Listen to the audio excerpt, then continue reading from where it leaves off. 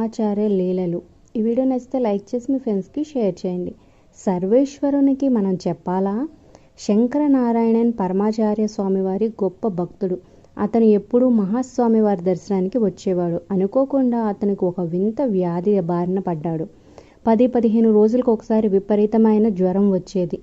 ఇలా పదే పదే రావడం వల్ల ఎందరో వైద్యుల సలహా మేరకు ఎన్నో రకాల మందులు వాడాడు. కానీ వేటి వల్ల ఉపయోగం లేదు. ఆ వ్యాధి ఎంతకు తగ్గడం లేదు. చివరికి ఆయన ఇది మందుల వల్ల కాదు, డాక్టర్ల వల్ల తగ్గే జబ్బు కాదు, కేవలం పరమాచార్య స్వామివారి అనుగ్రహంతోనే ఇది నయమవుతుంది అని నమ్మి మహాస్వామివారి దర్శనానికి శ్రీమఠానికి వచ్చాడు. మహాస్వామివారిని దర్శించుకొని తన వ్యాధి గురించి చెప్పబోతుండగా స్వామివారు ఇతని మాటలకు అడ్డుపడుతూ, ఇదేనా రావడం అని అడిగారు. అవును పెరియవా, కంచిలో ఉన్న జ్వరహరేశ్వరుని దేవాలయం గురించి విన్నావా? ఎప్పుడైనా అక్కడికి వెళ్ళావా అని అడిగారు మహాస్వామివారు. లేదు పెరియవా, తెలియదు అని అన్నాడు.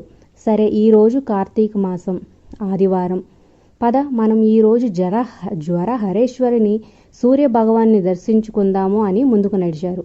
శంకరనారాయణ్ మారు మాట్లాడకుండా అవును అనుగమించే దూడలాగా స్వామివారి వెంట వెళ్ళాడు. వారు అక్కడికి చేరుకునేటప్పటికీ దేవాలయం మూసివేసి పూజారి కూడా వెళ్ళిపోయాడు. అయినా స్వామివారు శంకరనారాయణతో జ్వరహరేశ్వరుని దర్శింపజేసి ఇలా అడిగారు, నీ వద్ద కొంత డబ్బు ఉన్నదా? లేదు పెరియవా, నా పర్సును మఠంలోనే ఉంచాను, ఇక్కడికి ఏమీ తీసుకురాలేదు అని అన్నాడు. సరే, ఒక పని చెయ్యి, అక్కడున్న మండపానికి వెళ్ళి అక్కడున్న వారితో అడిగి కొద్ది పైకం తీసుకొనిరా అని ఆజ్ఞాపించారు. శంకరనారాయణ్ అక్కడికి వెళ్ళి కొద్దిసేపట్లో 10-15 రూపాయలను తేగలిగాడు. మహాస్వామివారు అతన్ని చూసి, స్వామి సన్నిధి ముందు ఒక పళ్ళెం ఉంది కదా, అందులో కొంత వెయ్యి, మిగిలినది అక్కడున్న హుండీలో వెయ్యి అని చెప్పారు. అతను స్వామివారు చెప్పినట్టుగా చేశాడు. మంచిది, సరే పద, ఇప్పుడు ఇక్కడి నుంచి కచ్చపేశ్వర దేవాలయానికి వెళ్దాము. ఈరోజు కార్తీక ఆదివారం కనుక అక్కడ విశేష పూజలు జరుగుతుంటాయి.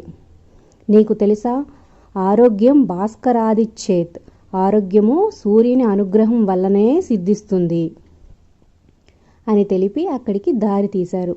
మహాస్వామివారు అక్కడ దర్శనం చేసుకొని అక్కడున్న సూర్య భగవానుని ఆరాధించి అక్కడున్న మండపంలోకి వచ్చారు.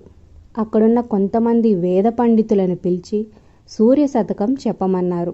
తరువాత దాని గురించి మహాస్వామివారు చెప్పారు. తరువాత శంకరనారాయణతో, సరే సమయం అయిపోయింది, నువ్వు ఇక వెళ్ళి మండపంలో భోజనం చేసి నీ చోటికి బయలుదేరు అని అన్నారు. పరమాచార్య స్వామి వారితో కలిసి ఇలా దేవాలయ దర్శనం చేయడం శంకరనారాయణకు ఆనందంగా ఉన్న తన ఆరోగ్య పరిస్థితి గురించి స్వామివారికి చెప్పే అవకాశమే దొరకనందుకు చాలా బాధపడ్డాడు. దిగులుతో అక్కడి నుంచి వెళ్ళిపోయాడు. కానీ కొన్ని రోజుల తర్వాత అతనికి తెలిసి వచ్చింది, తనకు ఆ వ్యాధి పోయిందని, మరలా ఎప్పుడూ జ్వరం రాలేదని. ఆ సర్వేశ్వరునికి మనం చెప్పాలా?